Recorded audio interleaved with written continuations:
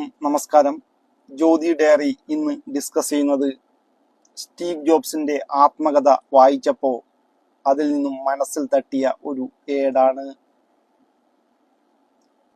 വിസ്കോൺസൺ സർവകലാശാലയിലെ പൈൻ മരങ്ങൾക്കടിയിലൂടെ ബിരുദ വിദ്യാർത്ഥികളായ ഫാത്ത ജോണും ജോനയും കൈകോർത്തു പിടിച്ചു പ്രണയിച്ചു നടക്കുമ്പോൾ അവരറിഞ്ഞിരുന്നില്ല കാലം അവരെ ഏൽപ്പിച്ച ആ മഹാദൗത്യത്തെക്കുറിച്ച്. അങ്ങനെ അവിവാഹിതയായ ജോനെ ഗർഭിണിയായപ്പോ തൻ്റെ വീട്ടിൽ നിന്നും ഉള്ള കടുത്ത എതിർപ്പും മറ്റ് പ്രശ്നങ്ങളും കാരണം അവരുടെ ജീവിതം വഴിമുട്ടി. ആ അവസരത്തിൽ മനസ്സില്ലാ മനസ്സോടെ ആ കമിതാക്കൾ തീരുമാനിക്കുകയായിരുന്നു കുട്ടിയെ പ്രസവിച്ച് ദത്തു നൽകാം എന്നത്.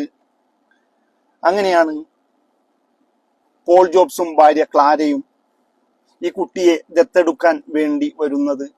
ഈ കുട്ടിയുടെ കണ്ണിലെ തിളക്കം കണ്ടപ്പോ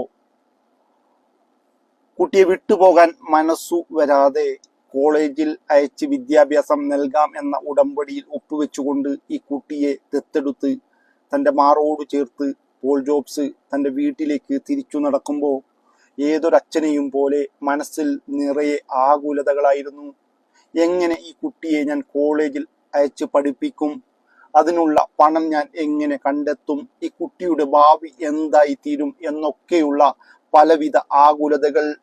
ലോകമഹായുദ്ധ കാലത്ത് ഒരു മെഷീനിസ്റ്റായി മാത്രം ജോലി ചെയ്യുന്ന തുച്ഛമായ വരുമാനമുള്ള ഒരാളായിരുന്നു പോൾ ജോബ്സ്. അപ്പോ അതിന്റെ അടുത്ത വരി ഇങ്ങനെയാണ്: ഈ അച്ഛൻ അറിയില്ലല്ലോ വിജ്ഞാനത്തിന്റെ മഹായുദ്ധം നയിക്കാൻ പോകുന്ന മഹാനായ സ്റ്റീവ് ജോബ്സ് ആണ് തൻ്റെ ചുമലിൽ അമർന്നു കിടക്കുന്നത് എന്ന കാര്യം. അതെ, നമ്മൾ ഒരു കുട്ടിയെയും അണ്ടർ എസ്റ്റിമേറ്റ് ചെയ്യരുത്. അവർക്ക് നല്ല വിദ്യാഭ്യാസം നൽകുക, അവരെ നല്ല മനുഷ്യരായി വളർത്തുക എന്നതു മാത്രമാണ് നമ്മളുടെ കടമ.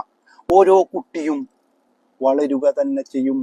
നമ്മൾ വിചാരിക്കുന്നതിനും അപ്പുറം അവർ വളർന്ന് വലിയവരായി തീരുക തന്നെ ചെയ്യും.